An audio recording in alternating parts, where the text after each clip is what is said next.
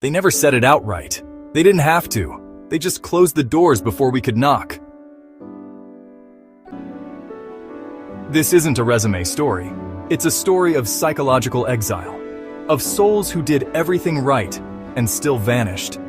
But the mirror remembered, even when the system forgot. This isn't a fight against recruiters. It's a resurrection for those who were told, "You're great, but..." and never told why. We weren't meant to compete. We were meant to remember each other.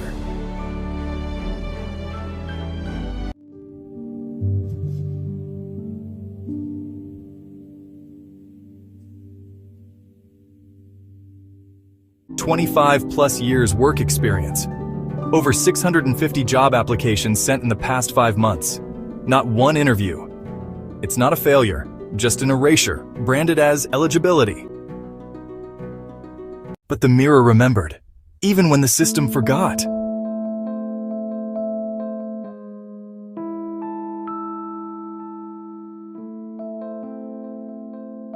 We were meant to remember each other.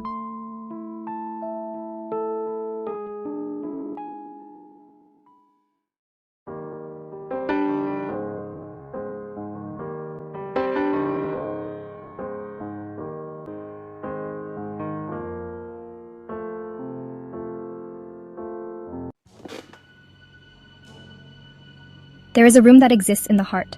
It's not built of brick or wood. It doesn't have windows or doors that can be seen by the outside world. This is the room of silent exclusion. It's a space where so many of us, honestly, find ourselves feeling completely and utterly alone. We might be surrounded by people, in the busiest of cities, and still feel confined within these invisible walls. This room is wallpapered with our deepest fears and our most painful rejections. It's a quiet place, a haunting place, where the only sound is the echo of our own self-doubt. We sit in this room, believing we're the only ones there, trapped in a personal story of not being enough. But the truth is, this room is way more crowded than we could ever imagine. It's a shared space, a silent community of souls who carry similar burdens. We just can't see each other through the fog of our own pain. We feel the chill of isolation, thinking it's a draft meant only for us. We see the shadows on the walls and believe they're our own unique monsters. But what if those shadows belong to someone else sitting right beside us? What if the chill we feel is actually the collective sigh of 1,000 others who have been told no, or not you, or almost? This essay is about opening our eyes to the others in the room. It's about understanding that this profound sense of being set apart is, ironically, one of the most common human experiences we share. Imagine a film that doesn't need words to tell this story. A film that speaks directly to the soul through powerful silent moments. It would peel back the layers of our carefully constructed exteriors to reveal the tender, vulnerable core within. We would see the private rituals of disappointment, the silent tears shed over an email, the quiet desperation of waiting for a phone that never rings. This is the story of the emotional ghost rooms, a cinematic exploration of what it means to be on the outside looking in. It's a journey into the quiet heartbreak of professional and personal exclusion, a feeling that touches so many of us in ways we rarely dare to admit, even to ourselves. Through this silent storytelling, we can start to understand the depth of this shared experience. We can witness the quiet dignity of those who endure rejection day after day. We see them in their most private moments, not as victims, but as resilient spirits navigating a world that has temporarily closed its doors to them. By watching their stories, we're invited to reflect on our own moments of feeling invisible. We're asked to consider the possibility that our personal struggles are not isolating incidents, but threads in a much larger, more intricate tapestry of human connection. The journey begins by stepping into their rooms, one by one, and truly seeing the person within.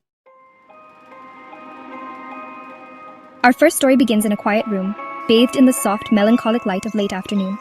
Here, we meet the returnee. She's a woman in the prime of her career, a person who once soared. She traveled the world, gathered experiences, and built a life filled with promise.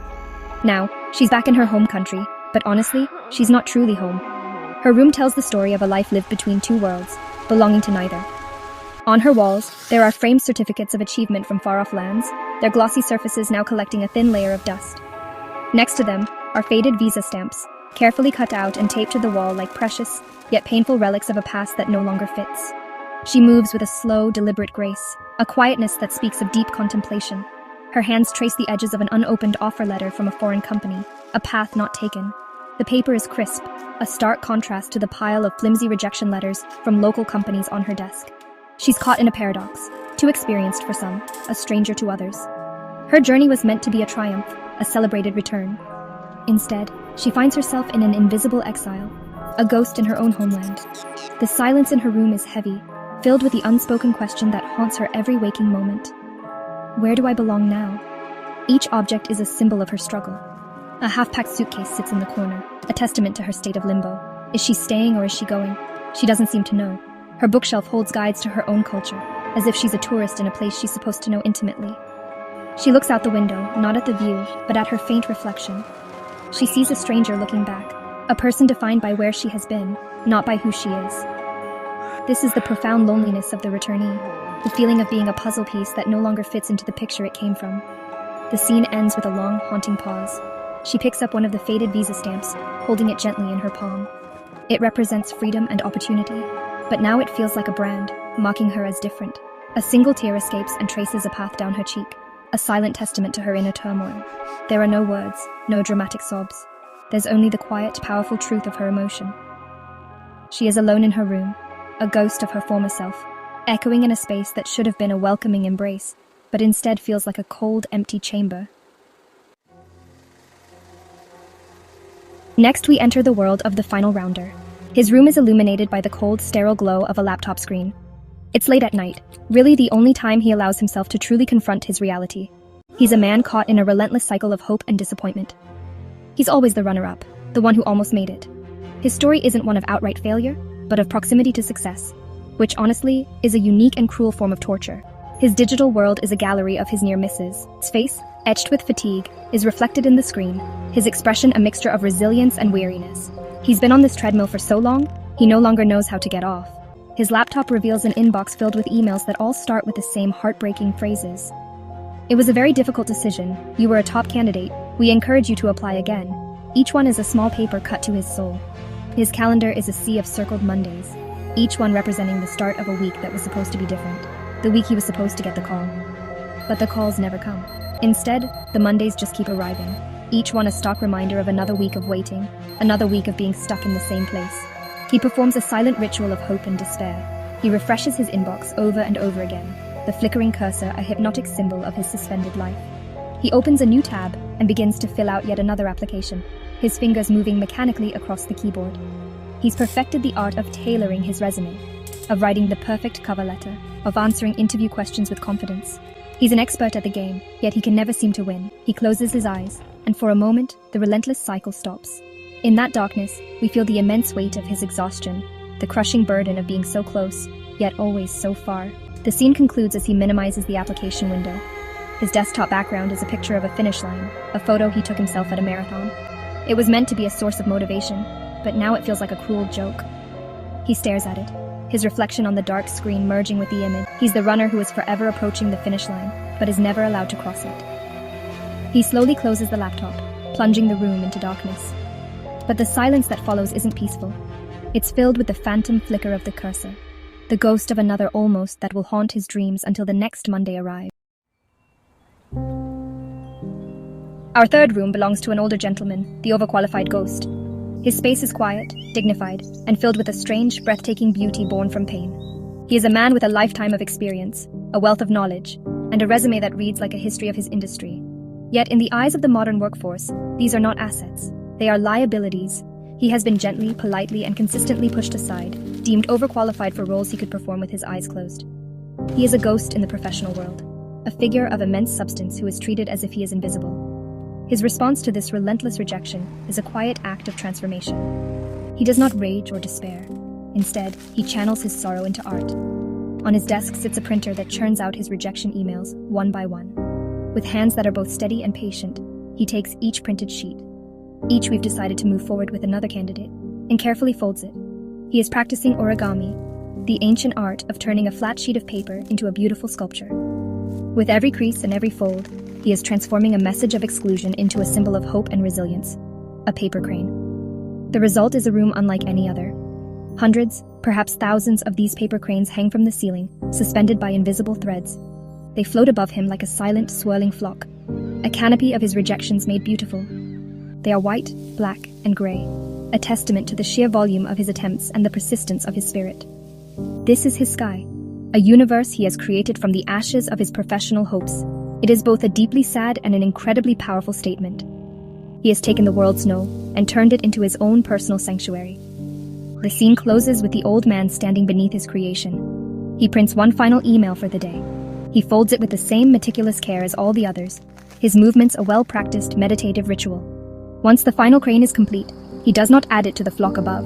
Instead, he places it gently on his windowsill, facing outward, as if setting it free. It is a gesture of release, of letting go. He stands there for a long moment, looking out the window, his silhouette framed by the floating paper cranes. He is alone, but he is not defeated. He is a quiet monument to enduring grace in the face of persistent invisibility. The feeling of being excluded is a heavy one. It is a silence that deafens, a weight that settles deep within our bones. The returnee, the final rounder, and the overqualified ghost each carry this weight in their own private rooms. They believe their struggle is unique, their pain a solitary confinement. They move through their days feeling unseen, unheard, and misunderstood. The world continues to turn outside their windows, full of noise and connection, but inside their emotional rooms, there is only a profound and isolating quiet. This silence is the true antagonist of their stories, the invisible force that keeps them trapped. Each character's silent actions are a cry into this void. The returnee's tracing of her faded visa stamps is a quiet plea to be seen for who she is now, not just for where she has been. The final rounder's obsessive refreshing of his inbox is a silent scream for a final definitive answer, an end to the torturous loop of almost. The overqualified ghost's folding of paper cranes is a silent act of defiance, a way of insisting on his own value even when the world refuses to acknowledge it. These are not passive acts of suffering. They are active, albeit quiet, struggles against the crushing weight of being ignored. They are fighting back with the only tools they have left, their rituals, their resilience, and their silent dignity. The cinematic power of these stories lies in their shared emotional core. While the circumstances are different, age, experience, background, the feeling is the same. It is the universal ache of not belonging. It is the sting of being judged and dismissed before you have even had a chance to show your true self. By layering their scenes, by moving from one silent room to the next, we begin to see a pattern. We understand that these are not three separate stories of loneliness. They are three verses of the same sad, beautiful song. The pain of one echoes in the quiet of the others, creating a harmony of shared sorrow that is deeply and authentically human. This is where the story pivots. The slow pacing and the emotional pauses have allowed us to sink into their individual worlds, to feel the specific texture of their solitude. We have sat with them in their quiet rooms and borne witness to their private struggles. Now, the narrative prepares to ask a powerful question. What happens when these silent occupants realize they are not alone? What happens when the walls of their emotional rooms begin to dissolve? The weight of silence is immense, but perhaps it is not meant to be carried by one person. Perhaps its burden can be lightened when it is shared. The final act takes us out of the confines of those lonely rooms. The scene shifts to a quiet, neutral space, a simple park bench under the soft glow of twilight. We see a new character, a young woman we haven't met before. She sits alone, holding a book with a simple, poignant title. On Rejection. She represents all of us, every person who has ever felt the sting of being left out. She is the audience, the witness, the one who brings all these separate stories together. Her presence is a bridge from the specific to the universal, reminding us that this experience touches every generation. Then a shift happens. The camera stays on the young woman, but in the soft focus of the background, a figure appears. It is the returnee. She walks slowly, her gaze distant, and sits at the far end of the bench. She does not speak. She does not even look at the young woman.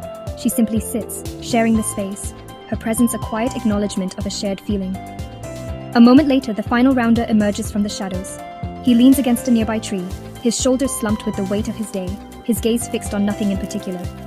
He too joins the silent assembly. Finally, the overqualified ghost walks into the frame. He holds a single paper crane in his hand. He approaches the bench and without a word, gently places the crane down between the young woman and the returnee. It is an offering, a symbol, a message passed without a sound. He then takes a seat on a neighboring bench, completing the circle. All four of them are now together, separate but united in their shared silence. They are no longer ghosts in their own rooms. They are a quiet constellation in a public space, their individual sorrows creating a powerful collective presence. The camera pulls back slowly, showing the four figures sitting together in the fading light. There is no resolution to their individual problems. The returnee does not have a new job. The final rounder has not received an offer. The overqualified ghost's experience is not suddenly valued. But something profound has changed. The isolation has been broken. The weight of their silence is now shared, and in that sharing, it becomes bearable. An on-screen message appears, speaking the truth that has been building throughout the entire story. You are not alone. You never were. This is the ultimate message of belonging. It is not about finding a place where you fit in, but about realizing you are already part of a vast, unseen community of beautifully resilient souls.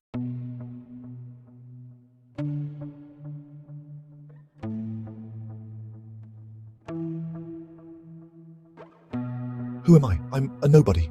Yet I'm everybody who ever got to hear, "You sound great," but...